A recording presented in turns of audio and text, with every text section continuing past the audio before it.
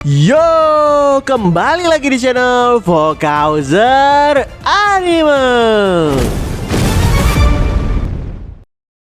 Di video sebelumnya, saat Yum-Yung membereskan sisa musuh, Sword Demon mencurahkan isi hatinya kepada Zaha mengenai inner demonnya.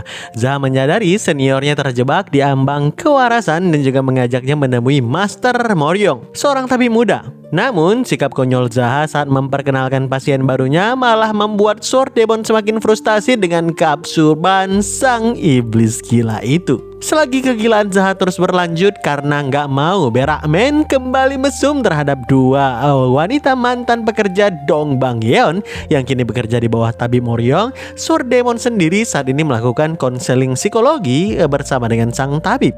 Usai saling memperkenalkan diri dan cerita hobi masing-masing, Moryong pun nanya dengan heran, kenapa ketua sekte menyebutmu sebagai pasien Sunbai? Dari yang kulihat, kau sepertinya nggak punya masalah. Sword Demon pun menaruh pedang andalannya di atas meja dan dia bilang mau memeriksanya sendiri. Moryong pun mencoba menghunuskan pedang tersebut dan sontak dia terkejut luar biasa sampai berkucuran keringat. Begitu pedang tersebut memancarkan aura asing yang mengerikan. Setelah menyarungkan kembali pedang itu, Moryong menjelaskan kepadanya, pedangnya menangis. Sepertinya dia sedang sakit. Sword Demon merespon sambil tersenyum. Sepertinya kau melihat semua hal sebagai pasien. Sebetulnya ada pedang langka yang menghasilkan tangisan sendiri. Mereka bukan pedang biasa. Keluargaku memaksa mengikat pedang itu kepadaku saat aku masih kecil. Saat Moryong nanya apa ada cara untuk memutuskan ikatan itu, Sword Demon mengaku mungkin, tapi dia belum mempelajarinya. Masalahnya dia gak bisa mempelajari dan memutuskan ikatan itu sekarang karena bisa membuat dia mati begitu saja. Mendengarkan Moryong nanya apa itu berarti Sword Demon akan mati jika ikatan diputus atau karena kehilangan Demonic Sword akan melemahkannya hingga membuat dia rentan terhadap musuh. Sword Demon menjawab kalau kemungkinan besar adalah yang kedua. Berhubung Moryong meminta dijelaskan situasi yang lebih detail, Sword Demon pun bercerita. Setelah mencapai level tertentu, pertumbuhanku melambat. Tapi pedang ini sepertinya nggak punya batasan. Terus bertambah kuat. Dia terus melahap musuh seperti makhluk hidup. Pedang ini yang membuatku bertahan hidup di tengah para demon kultus demonik. Tapi sekarang, fakta kalau aku bergantung padanya memberiku perasaan penghinaan. Aku selalu berpikir aku lebih lemah daripada Demonic Sword ini. Tapi aku nggak bisa begitu saja meninggalkannya. Aku gak tahan dengan kekalahan. Merasa cerita barusan cukup berat, Moryong pun memutuskan untuk memeriksa pedang demonik sekali lagi. Dan begitu dia menghunuskannya sedikit, sang tabib merasa auranya yang berbeda. Dia bilang tangisan yang kudengar sekarang berbeda dari sebelumnya. Sword Demon menimpali, ketidakstabilan Bright Sword terletak pada ketidakpastian. Ketidakpastian ini membuatku bertanya-tanya jika suatu hari pedang ini akan menguasai diriku. Usai meletakkan kembali pedang demonik itu ke atas meja, barulah Moryong memberikan pendapatnya sebagai seorang tabib. Mereka yang menggunakan Bright Sword menjadi lebih kuat dengan terus mengawasi nyawa orang lain. Mereka akan terus bertambah kuat tanpa banyak penyesalan. Tentu aja jika mereka bertemu dengan master yang gak bisa mereka kalahkan, mereka akan mati sebelum itu terjadi. Begitulah hidup di Jianghu ini, tempat di mana akal sehat dan moralitas dianggap sebagai lelucon dan kekuatan murni yang luar biasa dianggap sebagai kebenaran tertinggi. Mendengarkan Sword Demon mengiyakan dirinya berasal dari keluarga demonik, sang tabib pun melanjutkan, pasti ada masa di mana kau menerima apa yang diajarkan keluargamu, tapi saat kau berpikir untuk dirimu sendiri, kau memiliki pandangan yang berbeda dari mereka, seperti memutuskan bahwa nggak perlu menjadi lebih kuat melalui pembunuhan tanpa pandang bulu, atau menolak melahap jiwa mereka yang lemah. Pemikiran seperti itu, jika kau terus berlatih dengan tekun sendiri meski dengan semua itu, maka aku bisa mengerti kenapa kau merasa begitu terhina.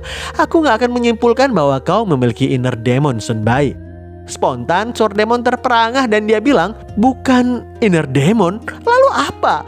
Rasa terhina dan kehampaan yang begitu rumit hingga sulit dijelaskan ini. Tapi Moryong pun menjawab, itu adalah tanggung jawab. Tanggung jawab karena terlahir sebagai manusia, namun terpengaruhi oleh jalan demonik, beserta hidup dengan tekad untuk mempertahankan sisa-sisa terakhir moralitas sebagai manusia. Ucapan pencerahan itu membuat Sword Demon tertegun untuk beberapa saat. Seiring Sword Demon nanya kok bisa tabib tahu hal tersebut, Moryong pun bilang sambil tersenyum, kau yang menyebutkannya sendiri bahwa kau bertahan di tengah para iblis kultus demonik. Semakin kuat iblisnya, semakin besar beban mental yang kau tanggung. Jika kau adalah orang yang punya tekad lemah atau pengecut, kau nggak akan merasakan tanggung jawab seperti itu. Kau akan menggunakan demonic sword tersebut dan menerima semua takdir yang terjadi padamu karenanya. Apa kau mampu mewarisi pedang itu pada orang lain, Sun Bai? Mendengarkan Sword Demon mengaku kalau itu nggak akan mudah, si tabib melanjutkan, jarang ada yang sanggup hidup dengan mengendalikan diri sebesar itu sambil menggunakan pedang ini. Hal itu nggak mudah. Jika suatu hari pengendalian itu rasanya nggak tertahankan, berikan aja pada ketua sekte. Kau menyuruhnya untuk memberikan kepada ketua sekte Hao? Tanya Sword Demon kebingungan. Sambil menggelengkan kepala, Moryong pun menjawab, enggak. Mengingat sifatnya, dia bakal langsung menghancurkan pedang ini. Kau pasti bingung kenapa pedang seberharga ini dihancurkan, bukan? Itu karena kau lebih penting dari pedang itu, Sun Bai. Itu sebabnya dia akan menghancurkannya. Dia mungkin akan mematahkannya sambil marah-marah, lalu berlari ke pandai besi, melemparkannya ke tungku, dan memohon pedang itu dilelehkan sepenuhnya. Oh iya, dia mungkin juga bakal memaki pedang itu sambil menghancurkannya. Meski sempat kaget dengan penjelasan itu, Sword Demon segera membenarkan karena si Zaha memang seperti itu kegilaannya.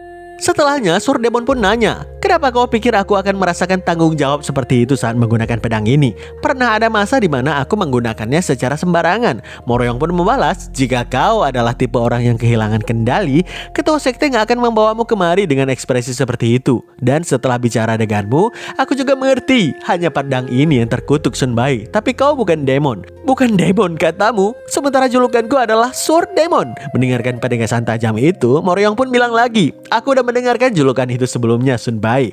Maaf jika perkataanku ini terdengar lancang. Satu-satunya jalan untuk berubah adalah menggunakan pedang ini untuk hal-hal yang seharusnya dilakukan oleh manusia. Jika kau melakukannya, pedang ini akan tetap menjadi Bright Sword dan orang yang menggunakannya akan tetap menjadi manusia. Sebuah pedang akan menjadi Demonic Sword ataupun pedang kebenaran, semua itu tergantung mereka yang menggunakannya. Begitu kembali menyerahkan pedang tersebut dan mendengarkan Sword Demon bilang kalau nasihat barusan akan dia ukir di dalam hatinya, Moryong pun bilang lagi, jangan ukir terlalu dalam, karena luka yang terlalu dalam cuma akan membekas. Dan tolong jaga ketua sekte, meski dia sering tanpa gila, sesekali jika kau menanggapi omong kosongnya, kau mungkin gak sadar tertawa sendiri melihatnya. Tawa tetaplah tawa. Itu hal yang baik. Akhirnya sesi konseling pun berakhir di mana Sword Demon mengaku senang bertemu dengan Master Moryong yang sangat bijaksana. Begitu keduanya keluar di ruangan konseling, Zaha pun mengajak rombongan untuk cari makan. Saat Zaha mau ngasih kompensasi, Moryong segera menolak karena konsultasi hari ini nggak ada resep obat apapun untuk Sword Demon. Jadi cukup mentraktirnya makan di lain waktu. Zaha yang terpaksa setuju dengan hal itu, nggak lupa mengingatkan sang tabib. Hati-hati dengan orang ini ya. Jika dia datang sendirian, jangan anggap dia pasien. Langsung usir aja, paham? Selagi Moryong tertawa mengiyakan, pastinya Mongrang nggak suka namanya dijelekan di depan orang baru. Ngeliat urat wajah Mongrang yang bangkit, Zaha pun mengatakan 2 kali, apa lu? Alhasil Mongrang hanya bisa diam dalam amarahnya karena takut namanya makin dijelekan di depan sang tabib. Setelah keluar dari kediaman Moryong, Mongrang pun nanya pada masternya, gimana pendapat sang master terhadap tabib muda yang nampaknya sangat tenang. Sword Demon pun menjawab, sikapnya yang tenang dan kedalaman pikirannya akan menempatkannya di antara yang kuat jika dia menguasai martial art. Jika kau bertemu dengannya lagi, jangan anggap remeh. Mendengarkan Sword Demon bilang kalau dari percakapan singkat barusan, dia belajar banyak hal dari sang tabib muda itu, Zaha yang tersenyum pun bilang dalam hati, hasilnya nggak terlalu buruk. Juga nggak memperkenalkan si Sakne itu pada siapapun adalah langkah yang tepat. Aku yakin Master Moryong bakalan nyerah menghadapi kesaknean Berakmen. Kasihan si Mongrang terus-terusan dibully sama Zaha. Sekejap kemudian, Zaha bersama dengan rombongan tiba di warung makan Duksu dan segera meminta disiapkan sup tulang babi. Selagi Duksu menyiapkan makanan dalam keadaan tertekan karena takut dengan aura Sword Demon, Zaha lah yang menuangkan minuman kepada rombongannya. Sampai-sampai Mongrang mengejeknya cocok sebagai pelayan. Tapi Zaha langsung mengaku kalau dirinya memang pernah bekerja sebagai pelayan kedai sebelumnya. Mendengarkan Sword Demon nanya nggak percaya, Zaha pun bilang, apa kau lihat lokasi pembangunan dalam perjalanan ke sini? Itu adalah penginapan atas namaku, Zahain. Seiring Sword Demon nanya dengan heran ngapain Zaha membangun penginapan ketika udah masuk ke Jianghu, Zaha pun menjawab, aku menganggapnya sebagai markas utama sekte Zhao. Penginapan itu dibangun tepat di rumahku dulu berada. Meski aku berada di Jianghu, aku butuh tempat untuk kembali. Jika aku mati di jalan, ya udah biarkan aja. Lalu penjaga penginapan di sini, Duk Soo Hyung, dia juga seorang anggota sekte Hao.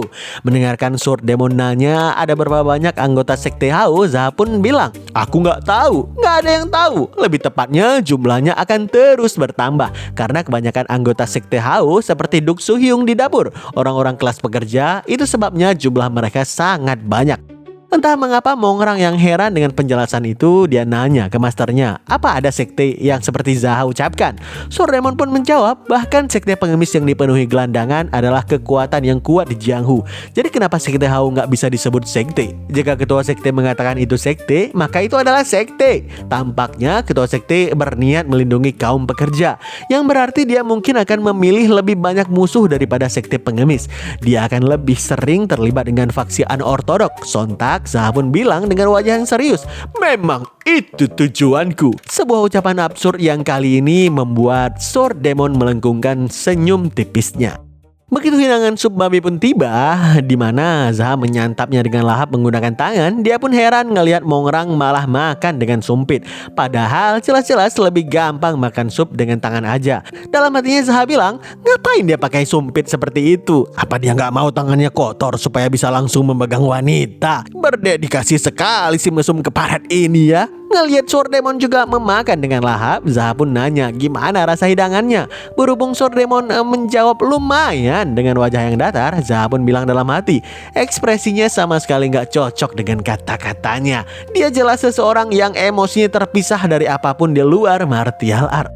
Anehnya entah mengapa Zaha kini merasa mengantuk dan dia pun heran rasa kantuk ini selalu ada setiap kali sesuatu ditambahkan ke Heavenly Jade. Hal yang sama terjadi ketika aku menggunakan elixir dan ketika aku menggabungkan Heavenly Jade dengan teknik energi absorption, aku juga merasa mengantuk. Baru-baru ini berurusan dengan para assassin jadi memperburuk kondisiku. Batin Zaha yang sedikit kecewa dalam hatinya. Setelah Sword Demon menanyakan hal yang serius, Master Moryong mengatakan sesuatu yang menarik kepadaku. Dia bilang jika hidupku jadi terlalu sulit karena pedang ini, aku harus mewarisi Bright Sword kepadamu. Zaha yang paham maksud sang tabib segera membalas, benar, jika bebanmu terlalu berat, wariskan aja padaku. Melihat bagaimana kau menggunakan dalam pertarungan, itu bukan pedang iblis biasa.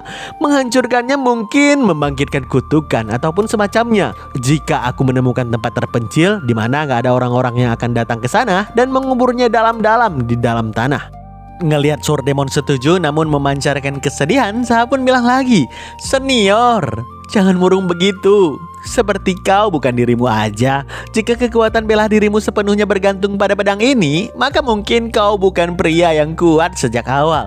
Kau mungkin hanya cukup kuat untuk bersaing dengan ketua sekte besar. Seorang pria yang memasuki Jianghu secara alami akan bertujuan menjadi yang terbaik di dunia. Tapi jika kau menjadi yang terbaik di dunia hanya karena Bright Sword, bagiku itu nggak akan terasa mengesankan. Entah bagaimana, bahkan julukan Sword Demon akan terasa memalukan. Mendengar Zaha mengatakan itu dengan serius, Sword Demon pun merespon, sebenarnya aku juga merasakan hal yang sama. Aku tahu itu. Itulah sebabnya aku tersiksa selama ini.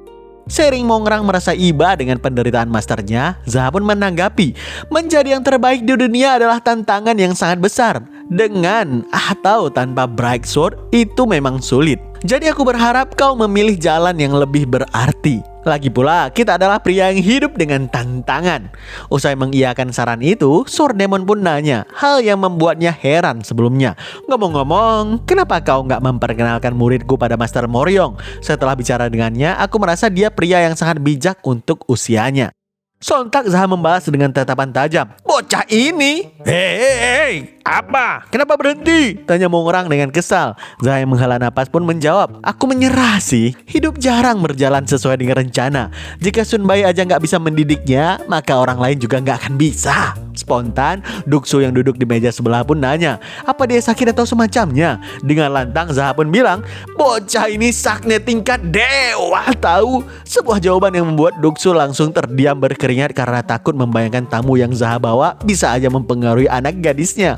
Sambil menatap Mongrang yang duduk di seberang meja, Zaha pun bilang dalam hati, hidup benar-benar gak terduga.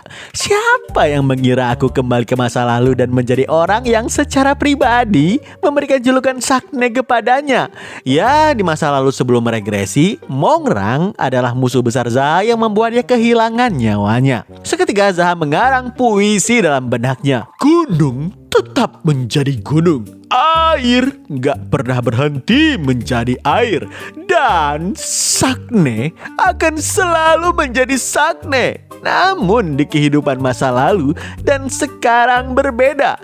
Jika dalam kehidupan sebelumnya, Pervert Demon adalah pria Sakne yang terkenal yang mengguncang Jianghu, di kehidupan ini aku akan memastikan dia hanya pria Sakne lokal. Hanya pria Sakne yang mengacu dari desa ke desa. Aku yakin kalau kehidupan sebelumnya gelar kesakneannya yang terkenal muncul setelah Sword Demon menghilang. Kali ini aku gak akan membiarkan itu terjadi. Aku gak akan membiarkan Sword Demon mati dalam kesepian dan kesendirian lagi. Kami berdua akan bertahan hidup untuk mengawasi si Sakne yang hobi cepirit itu. Setelah makan di warung, berhubung Sword Demon sendiri yang meminta, Zaha pun membawa rombongan ke lokasi penginapannya. Ngelihat penginapan tersebut sangat berkelas, Mongrang pun nanya ke Zaha, "Apa kau kaya? Kualitas konstruksinya terlihat bagus. Bukan jenis pekerja konstruksi yang biasa kau temui di area pedalaman seperti ini." Zaha pun bilang, "Ya, aku mengambil uang dari anak ortodok." Spontan Mongrang langsung mengangguk. Manuk akal sih. Berhubung Sword Demon menyuruh untuk mengatakan lebih jelas, Mongrang pun bilang lagi, "Kurasa itu keputusan yang bermakna. Merampok faksi anortodok untuk membangun penginapan seperti ini berarti memberikan lapangan pekerjaan bagi banyak orang." Mendengarkan itu, Sword Demon gak menyangka kalau muridnya bisa memahami hal yang bermakna di luar kesaktiannya kepada wanita. Setelahnya, Sword Demon pun meminta kepada Zaha, "Ketua sekte, jika penginapan ini selesai, pesan satu kamar untukku." "Oke, tapi kenapa bilang jika?" tanya Zaha penasaran. Sword Demon pun menjawab, "Jika kita bisa bertahan hidup di Jianghu." Seiring Sword Demon mengatakan itu bersama dengan tiupan angin semilir senja, Zaha yang memahaminya berharap kalau angin itu selalu mendorong langkah mereka lebih jauh sebelum akhirnya gugur layaknya dedaunan kering pada waktunya. Sekejap kemudian, Zaha pun membawa rombongan ke lokasi blacksmith, tempatnya membuat pedang. Begitu Master Blacksmith muncul bersama dengan bawahannya, Zaha lumayan kaget karena tubuh mereka jauh lebih berotot ketimbang sebelumnya. Usai Gyeom Chul Yong, sang kepala pandai besi Dragon Breath, dan wakil Kwak Yong Gai memperkenalkan diri, Gyeom Chul nanya apa kedatangan Zaha untuk melihat Crazy Sword. Karena Zaha mengiyakan, sang blacksmith pun mengajak mereka ke workshop. Begitu Zaha nanya apa senjata pesadannya udah selesai, Gyeom Chul pun bilang, "Belum, jika udah selesai aku pasti udah mencarimu." Ngelihat pedang yang dimaksud ada di atas meja, Sword Demon berinisiatif agar dia sendiri yang menilai pedang tersebut. Setelah memegang pedang tanpa gagang itu dengan tangannya sendiri, Sword Demon nanya, "Apa kau mencampurkan Black Iron ke dalamnya?" "Ya, ketua sekte yang memberikannya, jadi aku menambahkannya." Spontan, Sword Demon mengerahkan aura tipis di tangan kirinya untuk menyentil pedang itu hingga bergetar dan berdenting dengan keras di dalam workshop. Untungnya sentilan keras itu nggak meretakkan pedang tersebut, yang menjadi bukti kalau Gyeom Chul dan bawahannya membuatnya dengan sepenuh hati. Usai menilai pedang tersebut, Sword Demon pun angkat bicara, "Master Blacksmith, bilahnya kelihatan terlalu tumpul. Apa itu permintaan ketua sekte juga?"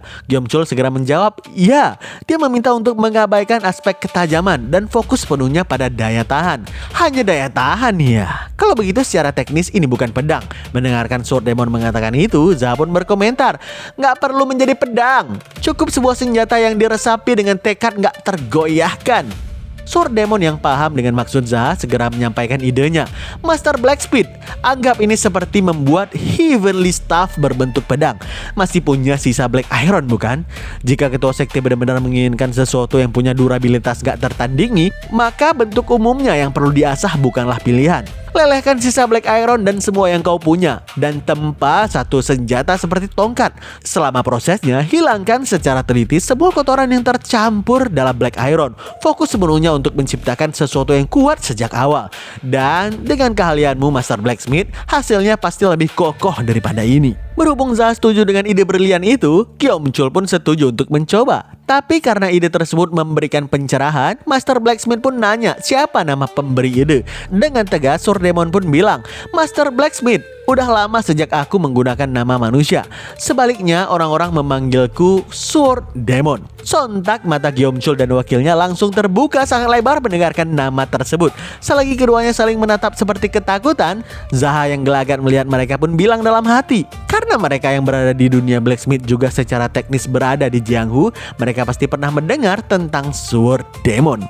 Rasanya aneh, Gyeomchul yang sedang beralih dari menjual senjata besar dan mencolok seperti penipu menjadi seorang pengrajin seni yang menciptakan pedang sejati, sedangkan Surdemon mulai terdengar seperti manusia. Zaha nggak sadar kalau perubahan mereka justru datang akibat berinteraksi dengannya. Usai Surdemon bilang kalau sesuatu saat dia ingin menempa pedang di blacksmith sekte Hao lalu mengajak muridnya untuk keluar dari workshop, Gyeomchul yang heran pun nanya ke Zaha, bukannya Surdemon dari kultus demonik, kenapa berteman dengan orang seperti itu? Dia udah keluar dari kultus. Meski Zaha mengatakan itu, rasa takut sang Master Blacksmith tetap nggak menghilang begitu saja. Makanya untuk menenangkan Gyeomchul, Zaha pun memberikannya banyak uang supaya bisa bersenang-senang bersama dengan bawahannya di workshop. Nggak berselang lama, Zaha mengajak rombongan untuk mendatangi Plum Blossom Pavilion. Berhubung Cha Sung Tai sedang sibuk di Black Rabbit Union, Chai Hyang yang datang menyambut memandu mereka ke Plum Blossom Suite sebelum bertemu dengan Sima Bi yang menjadi penanggung jawab pavilion tersebut. Kebetulan Surdemon ingin melakukan meditasi, makanya Zaha pun menyarankan agar sang master menggunakan kamar lantai atas yang biasa dia gunakan. Halhasil, yang memasuki Plum Blossom Suite hanya Zaha berdua dengan si Sakne Berakmen.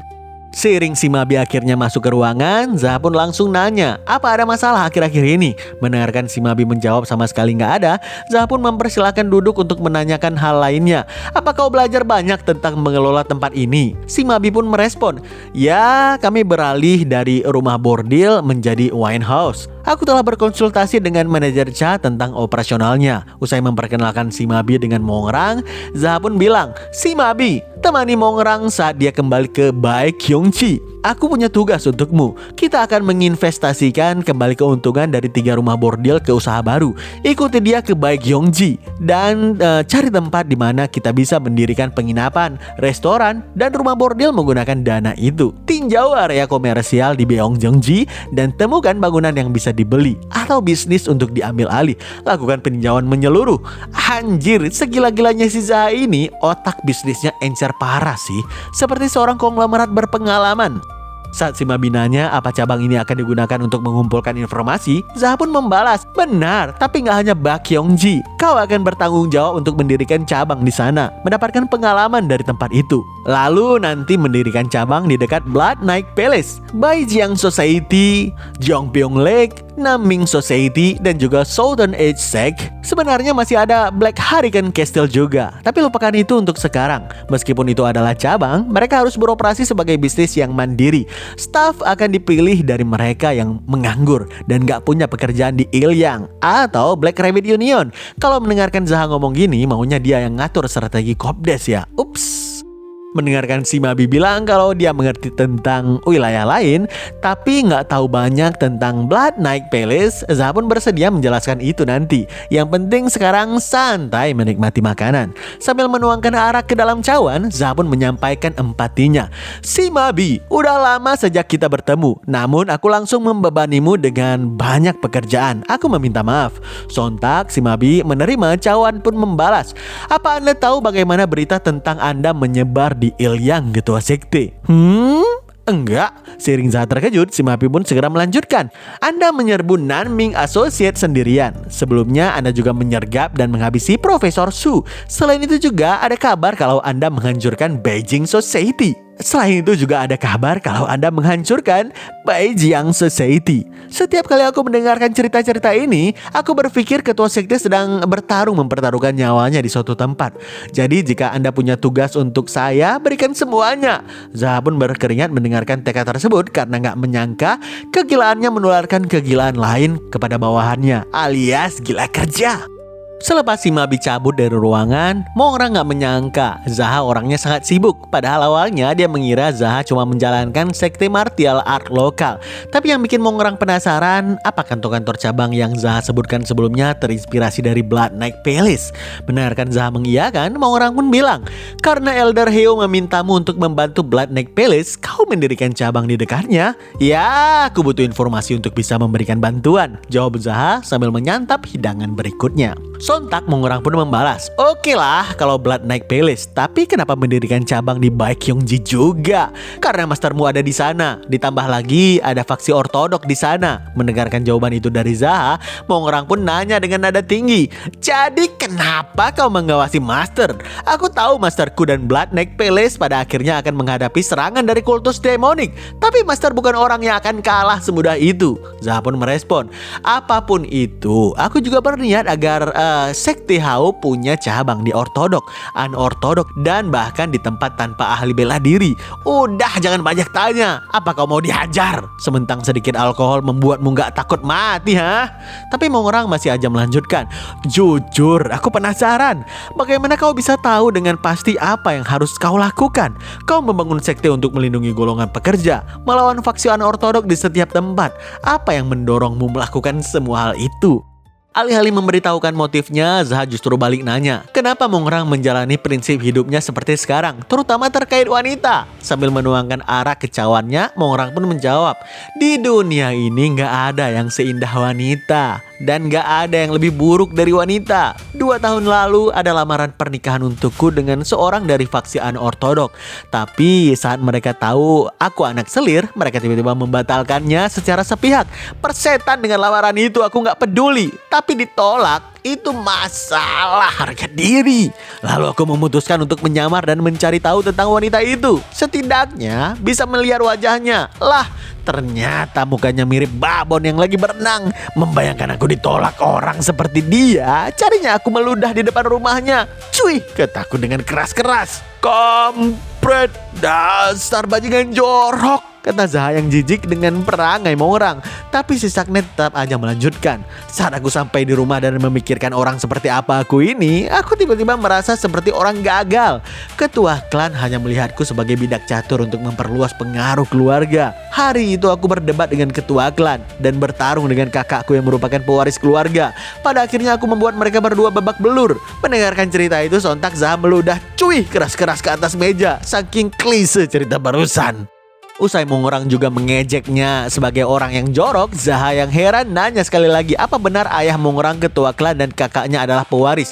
Tapi kok bisa-bisanya menghajar mereka berdua? Berhubung Mongrang mengiyakan dan nanya balik apa itu hal yang aneh, Zaha pun menegaskan, hei mesum, kau pikir itu normal? Itu kan salah mereka. Mereka harusnya nggak memukulku saat aku kecil. Dulu aku lemah dan sering dipukuli. Sekarang aku lebih kuat. Jadi sekarang aku ada di atas mereka. Jadi sekarang aku ada di atas dan mereka ada di bawah. Bagaimanapun, perselisihan antara warrior di Jianghu pasti berujung pada duel dan pertarungan. Setidaknya sekarang, klan nggak memperlakukanku sembarangan lagi. Mereka mungkin berpikir untuk mengusirku, tapi itu nggak akan terjadi. Mereka membesarkanku saat mereka membutuhkanku, dan sekarang mereka ingin membuangku. Nggak akan kubiarkan. Dasar keluarga menyedihkan. Itulah kebenaran tentang klan Winmong. Keluarga yang luar biasa, bukan? Saking kesalnya ngelihat ketololan dan besar kepala Mongrang yang menghancurkan keluarganya sendiri, Zaha pun menamparnya dengan sangat keras sampai telinganya berdenging. Sontak Mongrang yang marah pun nanya, apaan bangsat? Kenapa kau memukulku? Makanya Zaha pun memberikan wejangan keras. Diamlah dasar bocah. Aku mukul karena kau layak dipukuli. Kalau kau keberatan, duel aja sini. Begitu logikamu, bukan? Yang kuat menguasai yang lemah, hah? Kalau cara berpikirmu seperti itu, udah gabung aja sana ke kultus demonik.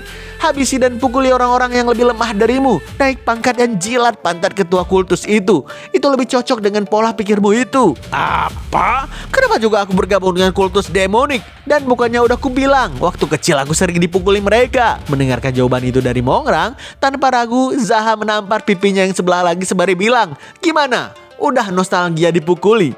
Sering Mongrang yang marah nanya dengan heran kenapa Zaha main nampar aja seperti ini. Zaha pun menjawab dengan wajah serius. Udah kubilang tadi bukan? Kau sama aja dengan ayahmu. Kalau kau udah cukup umur, menikah sana. Buat keluarga yang layak. Dan bertanggung jawablah mempertahankannya. Itu lebih bagus daripada mengeluh tentang masa lalu sambil mabuk gak jelas tolol. Gak terima dikatain tolol berkali-kali. Mongrang pun mengajak Zaha untuk gelut aja secepat mungkin. Makanya mereka pun keluar dari ruangan lantai atas agar bisa gelut di halaman terbuka. Tapi sebelum itu Sworddemon yang tahu tensi panas di antara mereka berdua bilang di kamarnya, "Aku gak akan menghentikan kalian, tapi jangan gunakan ki, hanya teknik fisik saja." Usai mereka berdua setuju dengan saran tersebut, Sworddemon menatap pertarungan mereka dari lantai atas dan hanya bilang, "Anak muda dan masa muda memang penuh energi." Seiring banyak warga sipil Sekte Hao berdatangan untuk menonton duel itu, akhirnya Zaha dan Morang saling menerjang satu sama lain dengan tinju lurus mereka. Ngelihat adu tinju pertama mereka berlangsung seimbang, tanpa ragu Zaha melepaskan tinju kiri berkecepatan tinggi yang memaksa Mongrang memasang tangan untuk bertahan. Setelahnya Zaha pun melepaskan tendangan lurus yang menghantamkan tangan bertahan Mongrang dengan sangat keras hingga dia terseret jauh ke belakang. Gak terima dirinya terseret, Mongrang pun membalas dengan tendangan melompat. Tapi sayang, tendangan itu masih terlalu gampang untuk Zaha tangkis. Selagi Sworddemon terus menatap adu mekanik itu, seketika Zaha menjambak rambut kiri Mongrang yang membuatnya meringis kesakitan. Diikuti dengan menendang kuda-kuda yang membuat si kawan jatuh terpelanting ke atas tanah. Ngelihat muridnya dibanting sambil dijambak seperti itu, Sworddemon yang menonton bilang dalam hati, "Selama bertahun-tahun aku di Jianghu, ini pertama kalinya aku melihat warrior bela diri tingkat tinggi saling menjambak." Sewaktu Mongrang berusaha menangkap kaki Zaha dengan maksud membalas, tiba-tiba Zaha malah mengangkat tubuh si kawan tinggi-tinggi untuk dibanting sekali lagi dengan lebih keras ke atas tanah. Nggak berhenti sampai di sana, Zaha melancarkan serangan pijakan yang membuat Mongrang susah payah menghindari dengan berguling ke samping. Gawatnya, Zaha melancarkan pijakan bertubi-tubi sehingga Mongrang nggak punya pilihan selain terus berguling secara absurd. Ngeliat itu, Sworddemon yang tersentak pun bilang dalam hati, "Teknik keledai berguling dari semua teknik itu dianggap paling memalukan oleh para warrior bela diri Jianghu. Sungguh memalukan." Kesal dirinya di pojokan, tanpa malu Mongrang melemparkan tanah ke wajah Zaha yang otomatis menutup pandangannya. Seiring celah pun tercipta, Mongrang yang udah kembali berdiri melepaskan tendangan lurus yang menghantamkan tangan pertahanan Zaha sampai dia terjatuh berguling. Zaha yang murka mendapatkan perlakuan seperti itu pun bilang, "Bangsat, kau mau main lempar tanah?" Dengan sombongnya, Mongrang menjawab, "Bagaimana rasanya makan tanah? Kau pasti udah sering memakannya sejak kecil bukan? Bagaimana rasanya kembali ke jati dirimu?" Sontak Sworddemon yang melihat taktik itu bilang dalam hati, "Oh, serangan psikologi. Bocah mesum sadar kalau dia lahir di keluarga kaya. Sementara ketua Sekte Hao yang dulunya hanya seorang pelayan kedai, dia menggunakan itu untuk mengejeknya. Tingkat gak tahu malunya benar-benar di luar nalar sih." Seiring pertarungan boge mentah terus berlanjut, entah mengapa mulai banyak penonton yang memberikan saran ke Zaha kalau bukan begitu caranya bertarung. Makanya Zaha jadi murka dan dia bilang, "Ah, banyak bacot, diam!" Akhirnya fokus pun teralihkan. Seketika sebuah tinju keras dari Mongrang mendarat di wajahnya. Sampai-sampai Zaha terhempas jatuh ke tanah. Dan parahnya warga Sekte Hao menertawakannya sambil terbahak-bahak. Melihat itu Sworddemon pun terdiam heran. Kok bisa-bisanya mereka ini sama sekali gak menghargai ketua sekte mereka sendiri.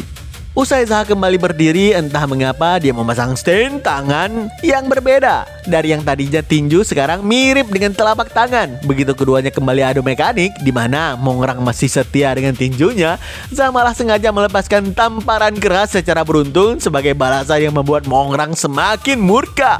Sworddemon yang melihat itu pun bilang dalam hatinya, "Tamparan itu benar-benar mengacaukan pikirannya."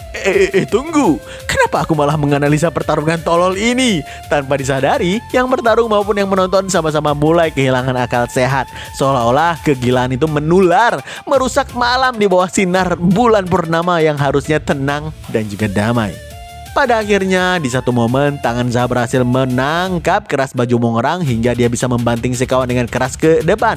Kelihat teknik bantingan yang Zaha kerahkan, Sword Demon bilang dalam hati, dia mengganggu keseimbangan lawan dengan usaha seminimal mungkin lalu membantingnya ke tanah. Itu bukan trik murahan. Memang Mongrang sempat melancarkan tendangan keras dari posisi telungkup untuk membalas, tapi serangan itu justru membuat Zaha gampang menangkap kakinya.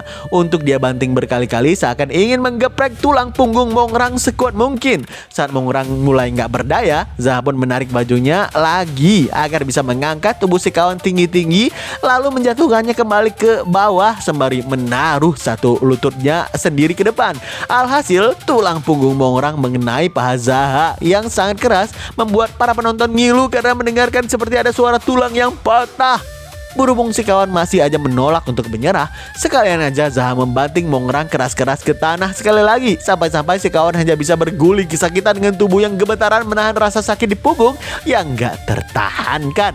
Anehnya, Sword Demon yang menganalisa teknik tersebut merasa ketua sekte mempelajari sesuatu yang aneh, bukan teknik gulat ataupun teknik bela diri tradisional. Begitu menyelesaikan pertarungan, pastinya Zaha mengusir semua penonton dengan cara pemaksaan. Dan jujur, dia sangat kesal, banyak tanah yang masuk ke dalam mulutnya. Mongrang yang mendengar itu masih aja sesumbar, "Kalau itu racun, kau udah mati." Tanpa ragu Zaha membalas, "Kalau kau pengguna racun, aku udah menghabisimu sebelum itu." Cih, banyak alasan. Kau harusnya bersyukur kita nggak boleh pakai ki. Mendengarkan si kawan nggak tahu diri, Zaha hanya menjawab, ya, bacot aja terus. Begitu Zaha balik duluan ke dalam penginapan, Mongrang dan Sword Demon terdiam sejenak di tempat masing-masing. Dan setelah muridnya sendirian berjalan tertunduk malu, Sword Demon yang mulai gila pun bilang, "Entah kenapa duel konyol tadi terus terngiang-ngiang di pikiranku." Gak berselang lama, Zaha yang disusul Mongrang kembali duduk di ruangan yang sama di mana aura pertikaian antara mereka belum padam sepenuhnya. Seiring Sword Demon juga ikut masuk ke ruangan, dia pun memberikan pujian sarkas kepada mereka berdua. Mongrang beneran berguling seperti keledai, sedangkan Zaha menjambak rambut Mongrang cukup menghiburnya. Sembari menuangkan arak kepada masternya, Mongrang pun mengaku kalau dirinya kalah hanya karena nggak menggunakan ki. Tapi Sword Demon malah lebih tertarik untuk nanya ke Zaha, apa hubungannya menarik rambut dengan memperluas wawasan. Zaha pun menjawab, "Pernah berpikir nggak kenapa biksu Shaolin itu botak? Supaya mereka nggak terjebak dalam situasi seperti itu. Bocah mesum ini selalu memperhatikan penampilannya, bukan? Nah, setelah yang kulakukan hari ini kepadanya, lain kali dia bakalan siap kalau orang mau menjambak rambutnya. Semua itu bagian dari pengalaman."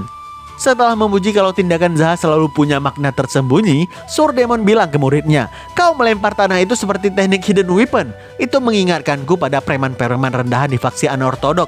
Bahkan kultus demonik yang bejat aja nggak akan pernah melakukan hal serendah itu."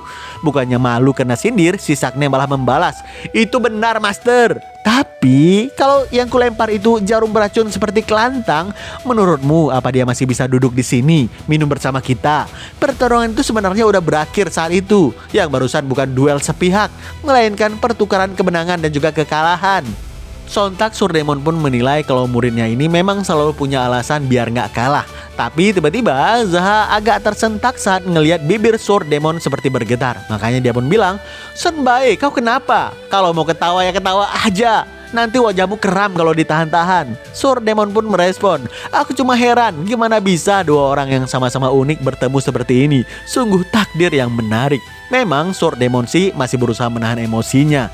Tapi begitu muridnya mimisan akibat damage pertarungan sebelumnya, sampai-sampai merobek kain bajunya sendiri guna menyumbat darah di kedua hidungnya, sesuatu gak terduga pun terjadi. Sesaat setelah Mongrang yang wajahnya aneh menyuruh masternya ketawa, Sword Demon pun terbahak untuk pertama kalinya. Keesokan paginya, begitu Sword Demon dan muridnya pamit pulang sambil ditemani si Mabi, Zaha yang menatap mereka dari lantai 2 bilang dalam hati, "Aku nggak tahu seberapa besar dampak perjalanan singkat ini terhadap Sword Demon dan si cabul demon itu. Tapi aku udah melakukan yang terbaik untuk mereka. Aku berharap suatu hari nanti Sword Demon nggak akan lagi mengembara sendirian di tempat terpencil, hanya untuk mati sendirian dan nggak pernah ditemukan lagi. Aku juga berharap cabul demon nggak berakhir jadi musuh masyarakat dan dipaksa melarikan diri ke kultus demonik. Sekarang cabul demon udah kembali melatih Ice Art-nya dan Sword Demon kembali berlatih dengan pedang kayunya. Saatnya aku fokus pada latihanku sendiri." Sekejap kemudian, Zaha yang terus berjalan guna memantau keadaan sekitar sektenya sambil terus bicara sendirian sampai-sampai orang sekitar kebingungan akhirnya tiba di Black Rabbit Union. Begitu membuka gerbang, Zaha terkejut melihat banyak anggota Union yang push up menggunakan kening. Makanya dia pun nanya, "Ada apa ini? Kenapa mereka semua membenturkan kepala ke tanah?" Sang kapten pun menjawab, "Belakangan ini banyak anggota yang mulai malas, jadi kami mendisiplinkan mereka dengan memperkeras kening mereka." Zaha pun mengangguk paham. "Bagus, bagus. Kening yang kuat itu penting bagi ahli bela diri. Terus berlatih sampai kepala kalian sekeras baja." Uniknya, para bawahan segera membanting kening mereka ke tanah daripada kena hantam oleh kegilaan Zaha. Setelahnya Zaha pun menyusuri halaman lain dan kebetulan ngelihat Cha Sung Tai sedang berlatih dengan keras. Usai membalas salam para mantan Rabbit, Zaha pun bicara sebentar dengan Sung Tai. Berhubung ngelihat perban berdarah di kening Sung Tai, Zaha pun bilang, "Bersihkan darah di wajahmu itu. Keningmu nggak retak bukan?" Mendengarkan Sung Tai bilang kalau keningnya aman aja, Zaha pun lanjut berjalan meminta Sung Tai melanjutkan latihannya. Setibanya di dalam gedung utama, bendahara yang ngelihat Zaha buru-buru berdiri untuk menyambutnya. Sayang karena duduk kelamaan, tulang punggungnya langsung encok berbunyi dengan nyaringnya. Ngelihat si bendahara bekerja dengan sangat keras, Zaha pun bilang, "Kepala bendahara kami yang selalu bisa diandalkan, jangan sampai kena serangan jantung, jadi santai aja." Usai mempersilahkan kembali si bendahara untuk duduk, berhubung di atas meja ada banyak kertas berserakan, Zaha pun nanya, "Kenapa catatan keuangan ini berantakan?" Dengan wajah tertunduk, si kakek bendahara menjawab, "Itu karena aku sedang bereksperimen dengan sistem pembukuan baru. Ketua sekde punya terlalu banyak cabang sekarang. Mengelola semua datanya sekaligus itu sulit, jadi aku sedang mengembangkan format yang mempermudah semuanya dalam satu kali lihat. Selain itu, aku juga berencana menyelesaikan 3 versi format pembukuan ini dan mendistribusikan ke masing-masing wakil bendahara cabang." "Terus siapa wakil bendaharanya?" tanya Zaha penasaran. Mendengarkan si kakek bendahara meminta Zaha sendiri yang memutuskan sebagai ketua sekte, Zaha pun merespon, "Baiklah, kepala bendahara mulai sekarang jangan kerja sendirian. Mulailah melatih seorang murid. Kau perlu menyerahkan tugas-tugas sederhana pada murid agar bisa bertahan lebih lama di pekerjaan ini. Cuma melihat catatan keuangan ini aja udah membuatku merasa terjebak dalam semacam array." Seiring kepala bendahara mengiyakan, seketika Zaha pun berteriak memanggil Nona Son. Halhasil Nona Son terpaksa menghadap dengan wajah panik gak karuan. Lalu Zaha pun bilang ke wanita itu, "Nona Son yang terhormat, mulai hari ini kau adalah murid kepala bendahara." Melihat gestur penolakan si wanita, Zaha langsung menegaskan dengan aura intimidasi, "Diam! Kau akan belajar segalanya tentang pembukuan. Dalam 100 hari, aku akan mengangkatmu sebagai wakil bendahara. Jadi pastikan kau belajar dengan benar." Bersama dengan Nona Son mengiyakan secara terpaksa, kakek bendahara malah terpana antusias karena mendapatkan murid cantik yang bisa menemaninya selama 100 hari ke depan. Selepas Nona Son cabut, kakek bendahara yang membereskan dokumen memberikan info ke Zaha terkait aliansi Murim sedang merekrut anggota dalam jumlah besar, terutama lewat turnamen bela diri. Menurutnya, dengan skill 12 guardian yang ada, setidaknya 1 atau 2 orang bisa masuk ke aliansi Murim melalui turnamen tersebut. Saat Zaha nanya untuk apa masuk aliansi Murim, apa butuh mata-mata?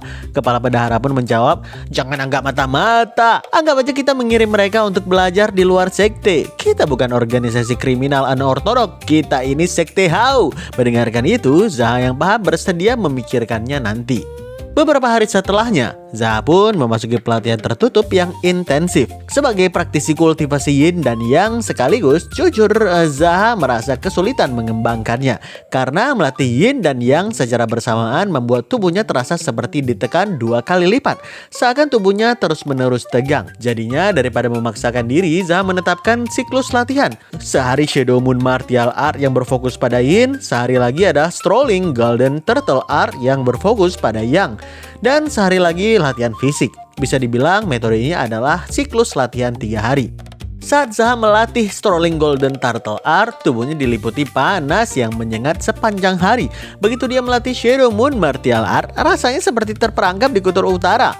Satu-satunya cara untuk pulih dari 2 hari kelelahan mental adalah melatih fisik di hari ketiga. Karena itu, pada siklus hari ketiga, selain ikut latihan fisik bersama dengan anggota Black Rabbit Union, Zaha juga latihan fisik mandiri dengan bergantung kepada pohon di halaman. Ngelihat ketua berlatih keras sampai gemetaran, tanpa terasa anggota lain juga ikutan latihan bergelantungan di pohon yang sama.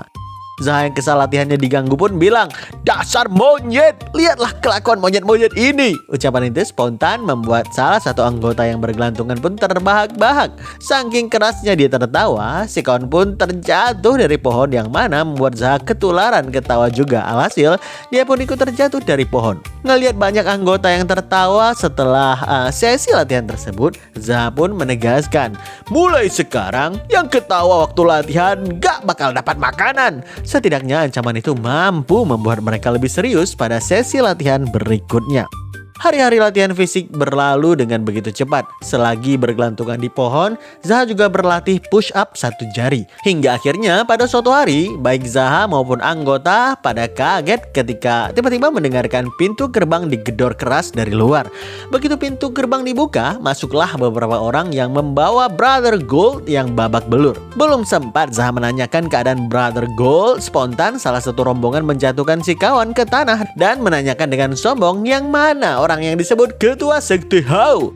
Zaha yang sengaja pura-pura lemah supaya tahu niatan dari mereka, dia pun bilang dengan nada bergetar, "Aku ketuanya." Sosok yang memakai kipas yang sepertinya pemimpin rombongan pun menanggapi, "Kau masih muda, gak perlu ketakutan seperti itu. Kami adalah utusan dari sekte nama Green Forest." Mendengarkan itu, Zaha yang terkejut pun bilang dalam hati, "Nama Green Forest? Oh, para bandit gunung itu yang menguasai sepertiga gunung hijau di Hunan. Jadi mereka ini di sini sebelum ketua Im melenyapkan mereka di masa sebelum aku regresi." Ini mengejutkan, sekaligus juga menggelikan. Melihat bajingan yang udah pasti akan lenyap ini masih bisa sok bergaya di sini. Setelahnya, Zaha pun menatap Brother Gold untuk bilang, "Hey Brother Pig, kau kelihatan kurus. Kau gak dikasih makan ya? Kenapa kau sampai tertangkap? Kegenutan buat lari." Brother Gold pun yang tubuhnya masih terikat pun menjawab, "Kau ingat saat aku mengantarkan dana Bajang Society? Rupanya aku gak sengaja melewati jalur gunung yang mereka kuasai tanpa membayar upeti yang mereka minta, tapi gak ada yang menghentikanku saat aku lewat. Lalu di tengah jalan mereka menyergapku." Mendengarkan itu, Zaha pun mengatakan, "Jadi mereka sengaja membiarkan orang lewat lebih dulu, lalu memalak belakangan. Mereka terus melakukan scam ini sampai ketua aliansi Im naik pitam dan memusnahkan mereka." Mendengarkan Zaha nanya berapa yang mereka inginkan, si kipas pun bilang, "Kami hanya meminta 1/10 dari uang yang dibawanya, tapi dia menolak bekerja sama. Saat kami tanya, dia bilang itu bukan uang dia, tapi uang milik ketua sekte Hao. Jadi kami gak punya pilihan selain datang langsung kemari. Kalau aja dia bilang dari awal bahwa uang itu milik sekte Hao, kami gak akan buang waktu lama untuk menyelesaikannya. Salah dia begitu keras kepala. Dia sendiri yang membuat dirinya jadi begitu." Oh, jadi begitu ya. Seharusnya kalian minta baik-baik daripada menghajar junior brotherku.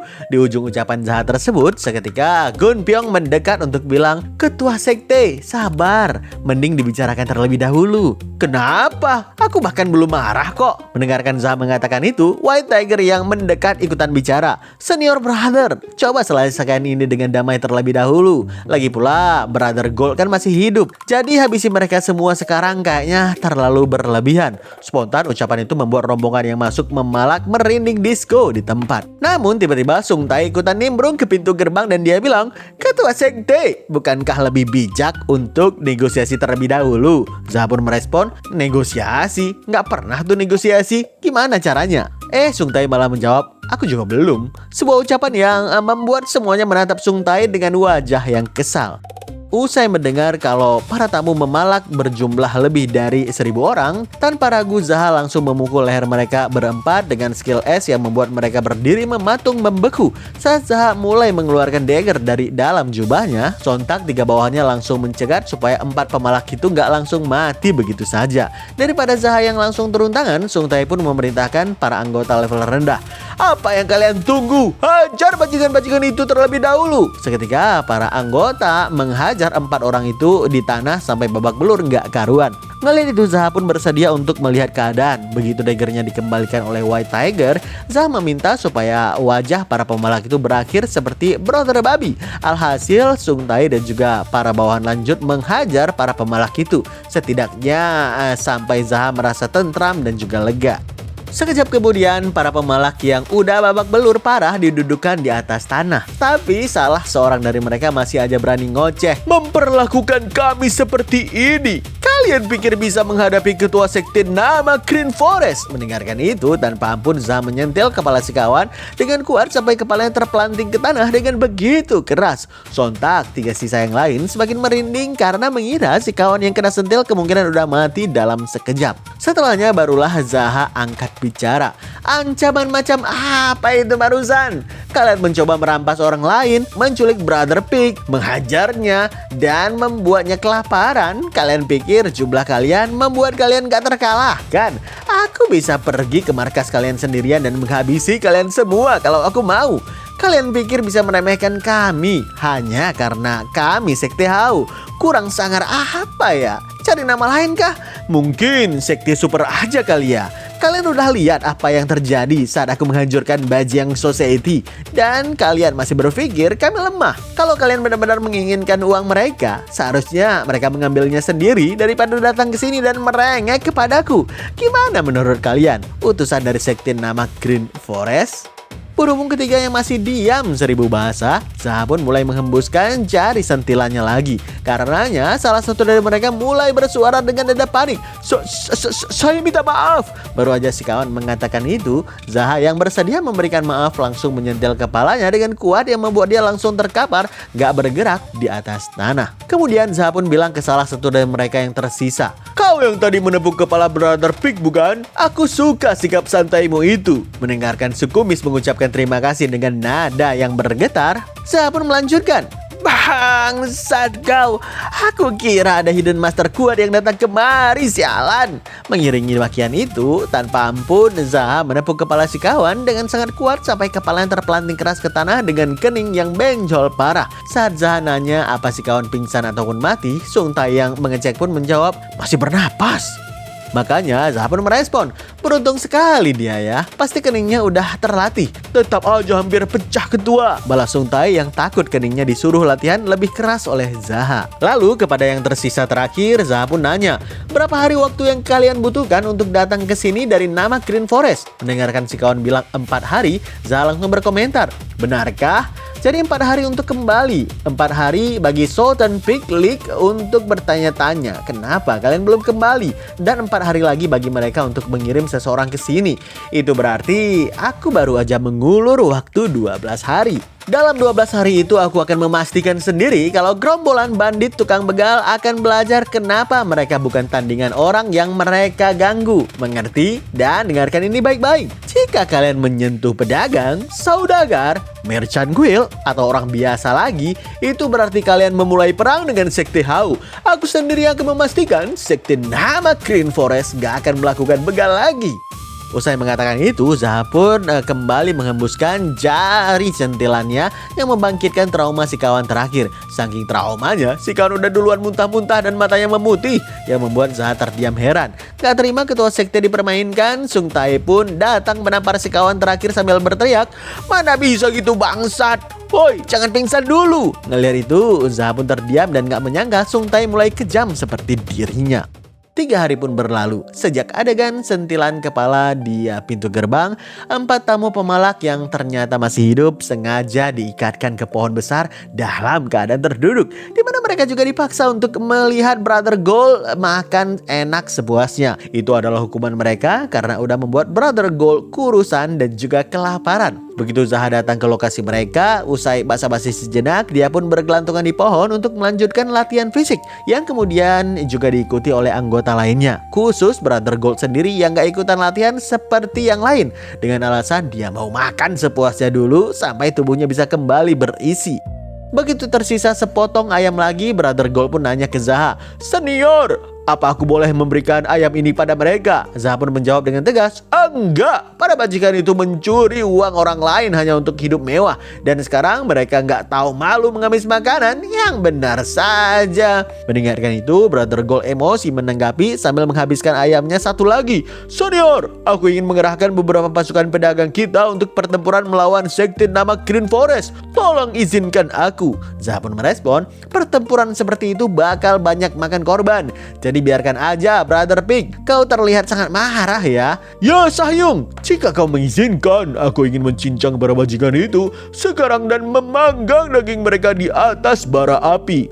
Tapi Zaha membalasnya dengan nada serius. Hei, itu keterlaluan. Kalau kau makan daging manusia, gimana reputasi sekte kita nantinya? Yang lebih penting, setelah kau tenang, kau boleh memukuli mereka sampai mati kapanpun kau mau. Kalau itu aku izinkan. Toh mereka gak berguna sama sekali juga. Bahkan sampah pun masih bisa berguna dan bisa didaur ulang. Kalau mereka ini mending langsung disingkirkan aja. Sontak para tamu pemalak yang terikat di bawah pohon langsung terbelalak ngeri karena membayangkan nyawa mereka gak akan lama lagi. Namun tiba-tiba seseorang anggota datang mendekat dan bilang ke Zaha, Ketua Sekte, seorang utusan dari aliansi Murim telah tiba. Dia ingin berbicara dengan Anda. Zaha yang turun dari pohon segera menyuruh si anggota untuk mengizinkan si utusan untuk masuk. Begitu si utusan dipersilahkan untuk menghadap, dia pun memperkenalkan dirinya dengan sopan. Ketua Sekte, saya Shim Se-gyun, utusan dari Pavilion Walet Langit, aliansi Murim. Ketua aliansi telah mengutusku untuk menyampaikan surat ini. Mendengarkan itu, Zaha pun merasa simpati kalau sang utusan melakukan perjalanan yang cukup jauh. Usai menyerahkan gulungan surat ke Zaha, utusan Shim segera menjelaskan dengan detail atas izin Zaha. Muryong Society milik Ghostblade dan juga sekte nama Green Forest telah beraliansi. Mereka benar-benar mengabaikan peringatan dan panggilan dari ketua aliansi IM dan terus bertindak sewenang-wenang. Ketua aliansi telah mengirimkan surat kepada para sekutunya untuk membantu mereka tentang kejahatan kelompok ini dan meminta bantuan dalam menundukkan mereka. Surat ini berisi ringkasan kejahatan mereka serta pesan pribadi dari ketua aliansi sendiri. Dia secara khusus menekankan bahwa ini bukan permintaan yang bersifat memaksa bagi para sekutu. Kalau begitu, di mana titik pertemuannya? Tanya Zaha ingin memastikan. Utusan Shin pun menjawab, cabang aliansi Murim di Hengshan. Saat ini utara terancam oleh Moryong Society, sementara selatan menghadapi nama Green Forest. Jadi ketua aliansi udah berangkat ke Hengshan. Mendengarkan itu, Zaha pun bilang, utusan Shim, aku akan menemuimu di Hengshan. Semoga perjalananmu lancar. Seiring utusan Shim mengucapkan terima kasih dan mau pamitan, Zaha pun menyuruh Brother Gold untuk menuangkan minuman kepada sang utusan. Utusan Shim yang meminum itu sedikit merasa lega dan setidaknya merasa lebih nyaman berada di Black Rabbit Union. Tapi saat dia menoleh ke 4 orang yang terikat di pohon, spontan dia pun nanya ke Zaha dengan wajah yang kaget. Ketua Sekte, siapa orang-orang itu? Dengan santai Zaha pun menjawab, nggak usah pedulikan mereka. Mereka utusan dari nama Green Forest. Mereka datang untuk memeras uang dariku dan berakhir begitu. Seiring sang utusan mau segera cabut, keempat orang yang terikat di pohon itu pun memelas, tolong ampuni kami, bawa kami ke aliansi Murim. Diam! Aku capek-capek jalan ke sini juga karena bajingan sampah seperti kalian. Teriak utusan Shim yang benar-benar kesal terhadap para bajingan nama Green Forest itu.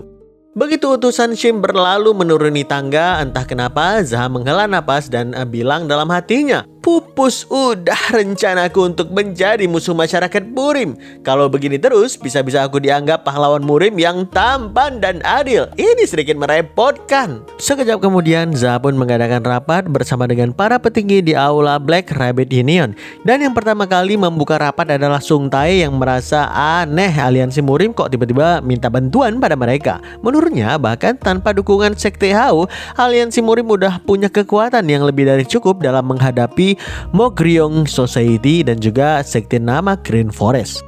Karena itu, Zaha pun menyuruh kakek bendahara untuk menjelaskan ke Sung Tae kenapa aliansi Murim meminta bantuan sekte kecil seperti Sekte Hao. Dengan wajah serius, kakek bendahara yang bernama Byuk angkat bicara.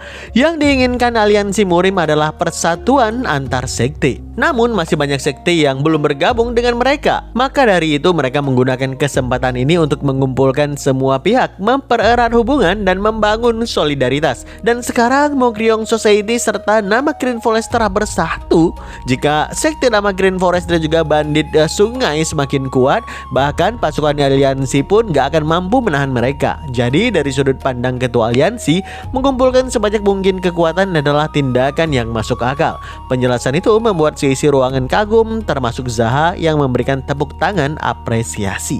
Setelahnya Zaha pun menegaskan di hadapan semua petinggi, aku memang gak berniat membiarkan sekte nama Green Forest begitu saja. Jadi ini adalah kesempatan yang tepat. Mendengarkan Sung Tae dan yang lain mengiyakan, apalagi waktunya pas, Zaha malah bilang, jangan salah paham, sekte Hao gak membantu aliansi Murim. Dengarkan baik-baik, kujelaskan sekali lagi, sekte Hao gak membantu aliansi Murim. Aliansi Murim lah yang sedang mendukung balas dendamku. Seiring semua bingung dengan ucapan itu, Sung Tae pun nanya, lah bukannya itu sama saja? Beda. Sekte Hao tetap berada di sini dan melanjutkan latihan seperti biasa. Mendengarkan jawaban Zaha tersebut, Sung Tae pun bilang, siap. Jadi dengan kata lain kau mau pergi sendirian, ketua? Si Zaha malah bilang, enggak. Aku pergi dengan aliansi Murim. Aliansi Murim menemaniku. Jika dikatakan seperti itu kan jadi lebih keren. Lambat laun Sung Tae yang mulai sedeng setuju dengan pendapat Zaha itu. Nggak lupa Zaha pun mengingatkan 3 petingginya, Gon Pyeong, Sung Tae, Baik In, berlatihlah dengan sungguh-sungguh setiap hari, maka aku akan ada di sini. Atau enggak, latihan harus tetap berjalan. Lain kali jika terjadi hal seperti ini, setidaknya salah satu dari kalian harus cukup kuat untuk mewakili sekte Hao. Usai ketiganya mengiyakan dengan penuh semangat, Zaha pun memberikan pesan kepada kakek bendahara agar memastikan perjalanan dirinya cukup dana supaya nggak kelihatan seperti gembel nanti di sana. Apalagi dengan menghadiri pertemuan para sekte ortodok, sekte Hao nggak boleh terlihat seperti sekte gembel. Begitu kakek bendahara mengiyakan dengan senyum pepsodennya, spontan Zaha pun berdiri dari kursinya dan bilang dengan lantang, aku memanfaatkan aliansi Murim untuk membalaskan dendam kepada sekte nama Green Forest, sekte yang telah membuat brother babi kelaparan, dipukuli, terluka, dan punya nyali untuk memeras duit dariku. Mendengarkan para petinggi banyak yang memberikan saran seperti jangan mencari masalah dengan para ketua sekte lain serta jangan habisi sekutu. Awalnya urat di wajah Zaha sempat naik, tapi setelahnya dia langsung merasa lega karena suasana yang hangat di mana orang-orang bisa bicara dengan bebas, juga sesuatu yang menyenangkan menurut Zaha. Dan kemudian Zaha pun berangkat menuju ke Heng San sambil diantar ke pintu oleh kakek bendahara. Nggak berselang lama, Zaha pun tiba di cabang aliansi Murim Heng San. Ngelihat kedatangannya ke aula besar langsung dilirik oleh banyak orang, Zaha pun bilang dalam hati, di sini ada beberapa ketua sekte ortodok yang pernah kuhajar di kehidupan sebelumnya. Seiring ketua aliansi mempersilahkan Zaha untuk duduk, dia pun segera memilih kursi kosong yang ada. Setelah duduk, Zaha pun memperhatikan yang hadir satu persatu. Ada ketua sekte Mon Heng, wakil ketua klan Namgung, wakil ketua klan Simen, serta ketua sekte Diacang. Tapi begitu dia menatap ke kursi seberang yang tegak lurus dengannya, mata Zaha langsung melotot lebar karena ternyata Mongrang juga hadir di sana. Begitu Zaha merefleks memanggil Mongrang sebagai berakmen, otomatis urat di wajah Mongrang bangkit semua secara total. Dia nggak suka harga dirinya tercoreng di depan aliansi Murim. Ketua aliansi Im sempat nanya apa yang barusan Zaha katakan. Usai menjawab nggak ada apa-apa, Zaha yakin sepertinya Mongrang datang sebagai perwakilan dari klan Wind Cloud Mong. Toh mereka juga merupakan bagian dari aliansi Murim. Ngeliat Mongrang gak berhenti bergetar murka di seberang sana, Zaha pun bilang dalam hati, sungguh ironis sekali. Dua mantan musuh masyarakat Murim sekarang menjadi bagian dari pasukan pendukung aliansi. Seketika penjaga aula menginformasikan kalau ketua klan Sima telah tiba. Seiring si ketua masuk ke aula bersama dengan rombongan, banyak hadirin yang datang lebih awal memberikan penghormatan penuh. Namun saat ketua Im memberikan sambutan, ketua Sima malah menyindir, ketua aliansi, kenapa wajahmu tampak gak senang pada orang yang datang untuk membantu? Mendengarkan ketua aliansi menjawab kalau wajahnya memang seperti itu sejak lahir, Zaha pun bilang dalam hati, aku belum pernah melihatnya secara langsung, tapi aku pernah mendengar gimana dia mati. Orang ini banyak menimbulkan kekacauan di faksi ortodok dan selalu mengincar posisi ketua aliansi. Namun tanpa sengaja Zaha malah keceplosan melakukan segala macam hal licik, lalu tertangkap oleh ketua aliansi, menantangnya duel, dan tewas dihajar. Sontak isi ruangan kaget dengan ucapan tersebut. Bahkan ketua aliansi sampai harus nanya sekali lagi apa yang sebenarnya ketua sekte Hao katakan. Setelah bilang gak ada apa-apa dengan santai, Ketua Sima pun mendekati Zaha dan bilang, "Junior, serahkan tempat dudukmu. Gak ada lagi tempat duduk yang kosong." Jujur perintah itu membuat Zaha sangat kesal. Tapi dia teringat kalau para bawahannya udah mengingatkan agar jangan pernah menghabisi sekutu aliansi. Makanya Zaha pun bilang dengan wajah datar, "Kalau gak ada kursi ya berdiri aja." Pastinya gak cuma Ketua Sima yang dongkol. Beberapa petinggi sekte lain juga kesal terhadap sikap Zaha tersebut. Seusai ketua aliansi menyuruh bawahannya untuk mengambil kursi lain, Ketua Sima pun nanya ke Zaha dengan wajah yang meremehkan, "Aku belum pernah melihatmu sebelumnya. Siapa kau?" Pertanyaan itu lagi-lagi membuat hati Zaha bergejolak. Tapi karena dipaksa sabar atas saran bawahannya sebelumnya, dia pun menjawab, "Kau nggak perlu tahu aku siapa. Berdiri aja di sana." Ngelihat Ketua Sima masih aja mau mengganggu Zaha, Ketua aliansi pun berteriak dari singgasananya, "Sima Hak!" Teriakan menggema itu spontan membuat si kakek kaget dan menoleh ke arah ketua aliansi. Tapi ketua aliansi masih aja lanjut membentaknya, "Kalau kau datang untuk mendukung, bersikaplah layak sekutu. Jangan bikin suasana menjadi tegang. Kalau kursinya datang, duduklah. Kau datang untuk membantu atau hanya untuk pamer?" Ketua Sima terdiam mendapatkan ucapan keras itu, dan dia pun segera duduk di kursi yang baru dibawa sambil merendah kalau ini salahnya serta mempersilahkan agar pertemuannya dilanjutkan. Seiring rapat masih belum dimulai, Zaha yang menatap suasana sekeliling pun bilang dalam hati, ternyata sekarang aku beneran resmi menjadi bagian dari Dewan Ortodok." Atmosfer menjijikan yang kuingat terjadi tepat di depan mataku. Sewaktu Zaha menoleh ke kanan, dia langsung melihat Ketua Sima yang menatapnya dengan penuh murka. Sehingga Zaha yang tersentak pun bilang, "Fuck, kaget cok." Dan begitu melihat lurus ke depan, justru Mongrang juga menatapnya dengan murka yang sama. Makanya Zaha yang heran pun bilang dalam hati, "Kenapa begini semua? Shit, kacau semua ini, kacau total." Untungnya, Ketua Aliansi segera membuka rapat dengan menyuruh Komandan Gongsun memberikan penjelasan. Seketika, sosok komandan wanita muda berdiri yang membuat banyak pria tersepona dengan kecantikannya. Zaha sendiri yang menatap si komandan bilang dalam hati, "Komandan Gongsun Wol, murid satu-satunya dari Gongsun Shim, ahli strategi yang sama terkenalnya dengan Ketua Aliansi Im. Di masa depan, dia mendapatkan julukan Komandan Darah Besi atau Iron Blood Commander." Setelahnya, Komandan Gongsun angkat bicara dengan penuh wibawanya. "Jika kita bergerak ke selatan untuk menghadapi sekte nama Green Forest, maka Morgyong Society akan menyerang cabang kita di sini di Hengsan. Sebaliknya juga berlaku. Jika kita bergerak ke utara untuk menyerang Morgyong Society lebih dulu, sekte nama Green Forest akan menyerang Hengsan. Mereka nggak berniat menghadapi kita secara langsung. Mereka akan bertarung di wilayah Namak yang mereka kuasai, atau di perairan tempat bandit sungai punya keuntungan. Mereka akan menjarah wilayah yang nggak kita lindungi dengan harapan pasukan aliansi terpencar ataupun mundur." Sering Komandan Gongsun masih bicara, Zaha yang teringat sosok Gongsun di masa lalu pun bilang dalam hati, "Aku ingat kehidupan sebelumnya. Wajahnya dipenuhi dengan bekas luka." Tanpa jeda, Gongsun kembali melanjutkan, "Maka dari itu, kita harus membagi pasukan. Kita wajib menang di Namak, di sungai, dan di Hengsan. Aku mengusulkan kita menyerang bajak laut dan juga bandit dari semua arah." Setiap kelompok dipimpin oleh tokoh besar dari aliansi, dan pasukan pendukung nggak boleh melampaui perintah atau wewenang ketua utama. Jika kalian patuhi aturan itu aja, maka sisanya akan ditangani oleh para tokoh besar. Namun tiba-tiba Gongsun berteriak membelah aula, "Hei ketua sekte Hao, kau tidur ya?" Ngelihat Zaha yang terbangun sambil ngencas membantah, Gongsun pun nanya apa aja yang baru dia katakan. Dengan percaya diri, Zaha pun bilang, "Kau mengatakan mari menang di ketiga wilayah, lalu ikuti perintah tokoh besar dan juga ketua aliansi." Meski kesal ucapan Zaha benar semua, Gongsun kembali melanjutkan dengan tenang, "Kita akan membagi menjadi 3 kelompok yang pandai bertarung di pegunungan masuk ke grup selatan, dan yang terbiasa dengan perairan masuk ke grup utara. Sisanya tetap di Hengsan."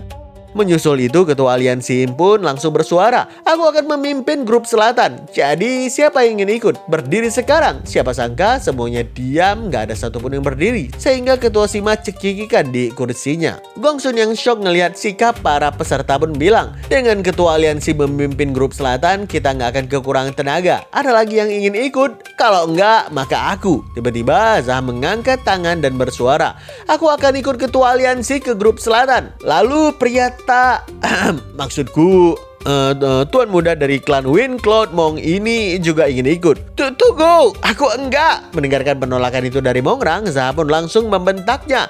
Banyak bacot, diam. Hardikan itu membuat Mongrang terdiam kesal, sedangkan seising ruangan kaget berkucuran keringat. Seiring Ketua Im turun dari kursi kebesarannya, Komandan Gongsun segera menyuruh Zaha dan juga Mongrang untuk berangkat sekarang ke selatan. Apalagi Ketua Aliansi sebagai pemimpin grup selatan udah bergerak. Saat Gongsun mau memberikan perintah komando lainnya, seketika semilir kelopak bunga seakan menari di ruangan aula akibat Mongrang mencoba tebar pesona pada Komandan Gongsun. Ngeliat itu Zaha yang merasa jijik mencoba bersuara. Nona, bajingan ini pernah Belum selesai ucapan kotor itu terlontar, Mongrang udah duluan melesat secepat mungkin untuk menutup mulut Zaha yang terlalu ember di matanya. Diam bangsat, tolong sekali dia aja, terutama soal itu, kata Mongrang yang sangat geram saat ini.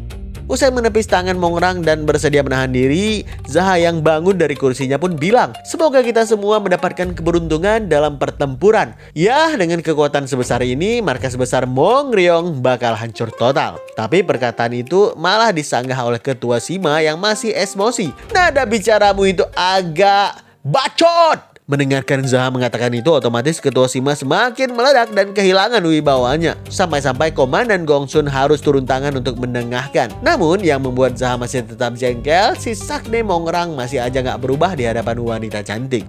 Sekejap kemudian, begitu Zaha dan juga Mongrang menghampiri Ketua Aliansi di halaman luar, si Ketua Aliansi bersyukur masih ada mereka berdua yang mau datang untuk membantu. Demi memastikan keadaan, Ketua Aliansi pun nanya, grup selatan akan menghadapi kekuatan terbesar dari Sekte Namak. Kalian berdua yakin bisa mengatasinya? Mendengarkan Zaha bilang selama dia ada jadi gak perlu khawatir, Ketua Aliansi pun lanjut nanya, "Ho, apa kau membawa banyak anggota Sekte Hao?" Dengan wajah yang serius, Zaha menjawab, "Aku datang sendirian." Ucapan percaya diri itu justru membuat Ketua Aliansi terdiam kecewa. Setelah hening absurd beberapa detik, Ketua Aliansi yang mengajak untuk berangkat pun nanya ke Mongrang, "Oh iya, Tuan Muda Mong, kau membawa berapa banyak orang?" "Aku juga datang sendirian." Dengarkan jawaban Mongrang itu, Ketua Aliansi pun mengangguk kecil. Setidaknya dia ditemani oleh para Tuan Muda yang masing-masing sekuat 100 orang. Seiring langkah rombongan mulai melaju serentak, Ketua Aliansi pun bilang ke seorang elder di sampingnya yang bernama Jenderal Chill, kalau pasukan bantuan cuma ada 2 orang, uniknya Jenderal Chill nggak memasang wajah kecewa. Dia tetap berterima kasih kepada Zaha dan juga Mongrang atas kesediaan mereka memberikan bantuan. Ngelihat jumlah rombongan yang berangkat, Mongrang yang heran pun nanya, "Ketua Aliansi, apa kita benar-benar akan menyerang Sekte Namak hanya dengan jumlah segini?" Ketua Aliansi pun membalas, "Aku sengaja nggak mengerahkan banyak pasukan. Seven Sword Squad, para pengawal pribadiku, beberapa elder, dan kalian. Cuma itu. Memang bukan pasukan yang besar, tapi mereka adalah para elit yang telah lama bersamaku. Jadi kalian nggak perlu khawatir. Karena aku ada di sini, aku bisa mengirimkan lebih banyak pasukan ke garis depan lainnya. Kudengar jumlah bandit di Namak lebih dari 1000 orang. Tapi kalau masing-masing dari kita bisa menghadapi 100 orang, seharusnya nggak masalah. Katanya kau yang terkuat di antara para tuan muda di Baekgyeongji. Jangan bilang kau takut." "Tentu aja enggak. Kalau cuma aku dan Ketua Aliansi sekalipun, kita mungkin bisa menghabisi seluruh Sekte Namak berdua." Jawaban percaya diri itu sekaligus penjilat dari Mongrang itu membuat Ketua Aliansi tertawa dengan lebar. Zaha yang jijik mendengarkannya barusan malah bilang dalam hatinya, "Bajingan ini, padahal sebelum aku regresi, dia adalah musuh masyarakat Murim." Ya, meski aku juga sama sih. Setelahnya, sambil terus melangkah, Ketua Aliansi yang masih penasaran pun nanya, "Tapi kalian berdua terlihat bersama di pertempuran sebelumnya, dan sekarang pun kalian berdua lagi. Kalian terlihat cukup akrab ya?" Berhubung Mongrang menolak dengan tegas, Ketua Aliansi mencoba memastikan ke Zaha. Maka Zaha pun bilang, "Dia itu goblok, masih banyak yang harus kuajarkan kepadanya." Seiring Ketua Aliansi mencoba paham, Zaha pun melirik ke arah Mongrang yang ternyata wajahnya kembali merona merah. Karena itu Zaha pun kembali bilang dalam hati, "Dasar berak men, aku gak yakin klan Windcloud yang mengutusnya. Pasti dia sendiri yang ngotot untuk ikut. Aku yakin dia kemari bukan untuk melawan bandit, tapi untuk melihat wanita cantik itu yang saat ini sedang naik daun di Jianghu akhir-akhir ini. Kampret emang nih orang." Zaha terus saja memaki Mongrang dalam hatinya karena si kawan ini juga gak berhenti tebar pesona. Usai melakukan perjalanan jauh sehingga malam pun tiba, rombongan grup selatan kini udah berada di hutan yang berdekatan dengan sekte nama Green Forest. Sebelum melanjutkan penyerbuan, Jenderal Chill pun memberikan penjelasan strategi kepada semua rombongan. Target kita adalah markas utama dari sekte nama Green Forest. Sampai kita tiba di markas mereka, pertahankan formasi saat ini. Langkah kaki, kecepatan, dan arah kalian, mau itu maju ataupun mundur, akan ditentukan oleh ketua aliansi. Anggota lainnya akan mempertahankan formasi dan gak akan mengejar musuh yang lebih dari 30 langkah jauhnya. Dalam situasi khusus, kalian boleh bertindak lebih dulu dan laporkan kemudian, lalu bergabung kembali dengan formasi setelah situasi terselesaikan. Ujung pedang adalah ketua aliansi. Badan pedang dan juga pasukan utama mendukung ketua aliansi. Gagang pedang terdiri dari para elder dan ketua klan Hao, juga tuan muda keluarga Mong yang mengawasi secara keseluruh dan memberikan support saat diperlukan. Apa semuanya mengerti? Usai semua rombongan mengiyakan, Jenderal Chill pun menutup pidatonya. Baik, entah kita menghadapi 10 ataupun 1000 musuh di depan, formasi aliansi bela diri nggak akan berubah. Kita menusuk, menebas, dan menerobos dengan formasi pedang ini sampai ke markas sekte nama Green Forest. Persis di ujung pidato tersebut, seketika ketua aliansi maju duluan, baru kemudian disusul oleh semua rombongan. Ngelihat formasi serang yang dipilih, Zaha yang melaju sebagai gagang pedang pun bilang dalam hati, formasi pedang yang unik, tujuan, target, dan taktiknya sangat berbeda dibandingkan dengan sekte ortodok yang hanya mempertahankan posisi. Kemungkinan ini formasi terobosan aliansi yang didapatkan dari banyaknya perang yang diikuti ketua aliansi. Setelah melaju di dalam hutan dengan kecepatan penuh untuk beberapa saat, seketika terdengar suara trompet yang membuat ketua aliansi angkat bicara. Musuh menyadari posisi kita. Posisi kita rentan terhadap penyergapan dari kiri dan juga kanan. Tambahkan lagi, ini adalah lembah bentuk cekungan di mana kita juga bisa diblokir dari depan dan juga belakang. Jadi bersiaplah untuk segala kemungkinan serangan. Seiring laju pasukan akhirnya mendekati dua musuh perdana, ketua aliansi pun menyuruh mereka semua untuk berhenti. Namun siapa sangka musuh yang muncul ternyata bukan dua, tapi persis seperti dugaan ketua aliansi sebelumnya.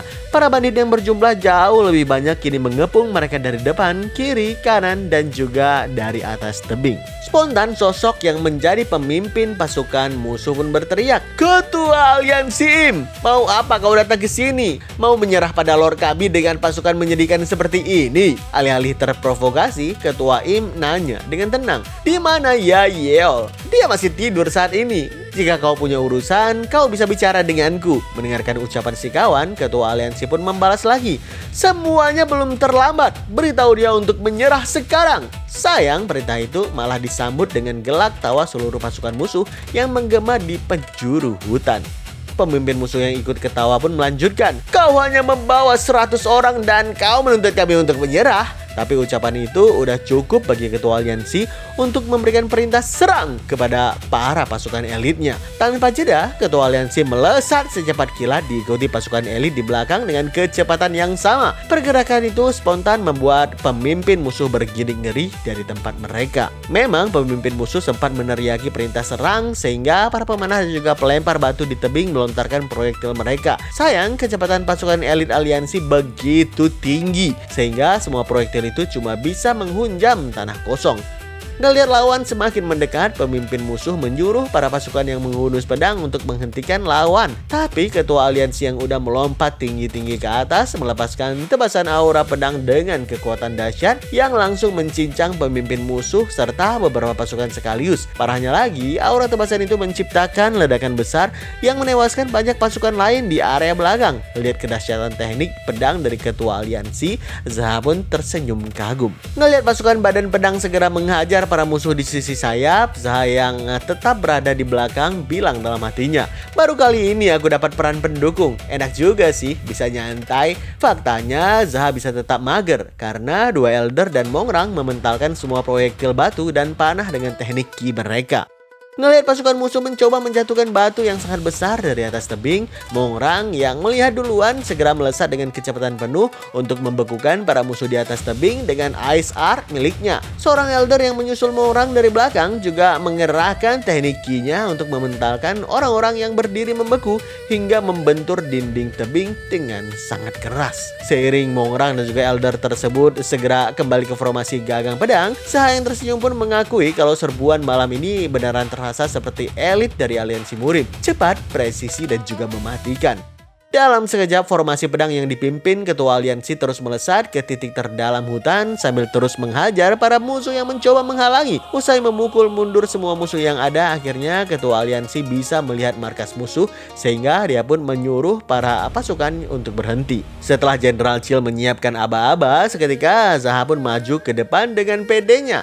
Apa udah giliranku? Begitu Zaha mengaktifkan Flame Blossom in Chase di tangan kanan, spontan Mongrang yang terkaget-kaget pun bilang, "Woi, tunggu! Jangan bilang kau mau pakai itu!" Mau bagaimanapun, Mongrang masih trauma terhadap teknik pamungkas gila yang pernah Zaha gunakan saat menyerbu markas assassin sebelumnya. Tanpa jeda, Zaha pun juga mengaktifkan Crescent Moon Art di tangan kiri yang membuat Mongrang makin panik sejadi-jadinya. Ngelihat Zaha tersenyum gila ketika akan melepaskan gabungan teknik api dan es, sontak Mongrang pun berteriak histeris, "Fuck! Semuanya mundur!" Sayang teriakan itu gagal dipahami oleh pasukan aliansi. Selagi mereka masih berdiri di posisi masing-masing, Zaha yang mau menggabungkan teknik api dan es bilang dalam hati, Aku lapar karena aku marah. Atau aku marah karena aku lapar. Terserahlah." Begitu teknik api dan es di kedua tangan Zaha mulai melebur menjadi bola energi padat yang memancarkan kilatan putih, barulah ketua aliansi Im sadar bakalan sekuat apa teknik ki yang Zaha lontarkan itu.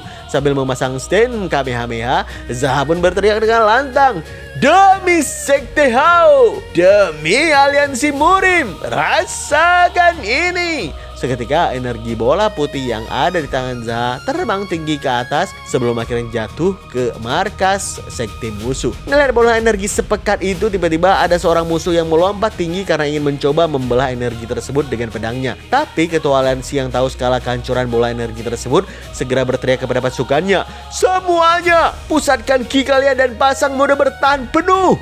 Mendengarkan itu, semua pasukan aliansi memasang stand pedang bertahan sesuai dengan perintah. Dan begitu bola energi itu ditebas oleh musuh, seketika ledakan cahaya berintensitas tinggi memancarkan silau yang gak tertahankan. Zaha yang tahu kalau dirinya juga terkena dampak ledakan segera mengerahkan Fire Phoenix Art Grid Absorbing Technique untuk meredam ledakan tersebut. Di saat yang bersamaan, Mongrang yang juga mengerahkan ki pertahanannya berteriak dengan kesal, "Dasar orang gila Jahanam!" Akhirnya ledakan cahaya itu pun menciptakan gelombang kejut yang sangat dahsyat di udara, menyambar markas musuh dengan daya rusak yang sangat gila hingga meratakan sebagian besar markas mereka ke dalam kawah ledakan yang sangat dalam. Parahnya, Zaha yang berusaha menahan teknik itu juga ikutan terpental, sehingga dia pun bilang, "Wow, ngeri juga ya. Aku yang menyerang kok aku yang terpental. Ini konyol." Bahkan untuk ukuran orang gila, cuaca hari ini langitnya cerah. Mantap.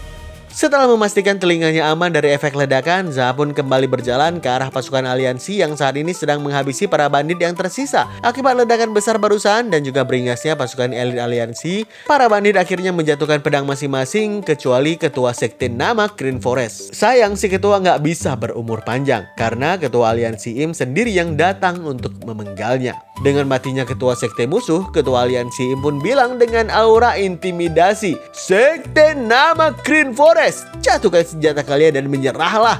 Ini peringatan terakhir." Aura intimidasi itu membuat para bandit semakin jatuh mental. Tapi absurdnya, Zaha malah menggeplak kepala belakang salah satu dari mereka dengan seenaknya.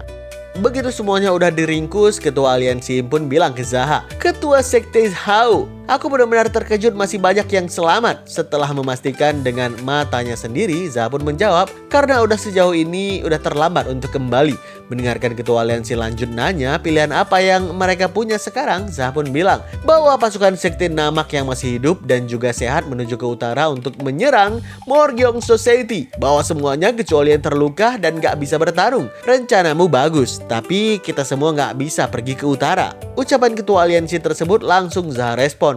Benar, pasukan mereka yang terluka dan gak layak bertarung akan tetap tinggal di sini. Aku akan tinggal, memarahi dan menghajar mereka sampai mereka paham. Sedangkan sisanya bersama dengan ketua aliansi mengiring pasukan Namak menuju ke utara.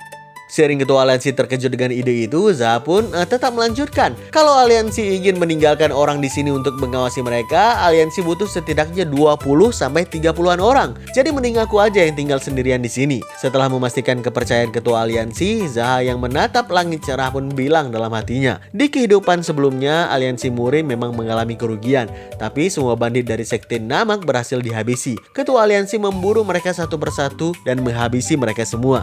Tapi kali ini sepertinya masa depan sedikit berubah. Malah aku yang paling banyak menghabisi mereka. Dan seperti biasa, Zaha selalu menatap langit yang bertiupkan angin sambil tersenyum aneh, seakan dirinya sosok yang tampan dan juga pemberani. Oke lah, kita cukupkan ceritanya sampai di sini ya guys ya. Gimanakah kelanjutan petualangan Lord Zaha yang semakin gak jelas ke depannya nanti? Saksikan terus alur cerita yang paling seru hanya di channel Fokuser Anime dan stay update.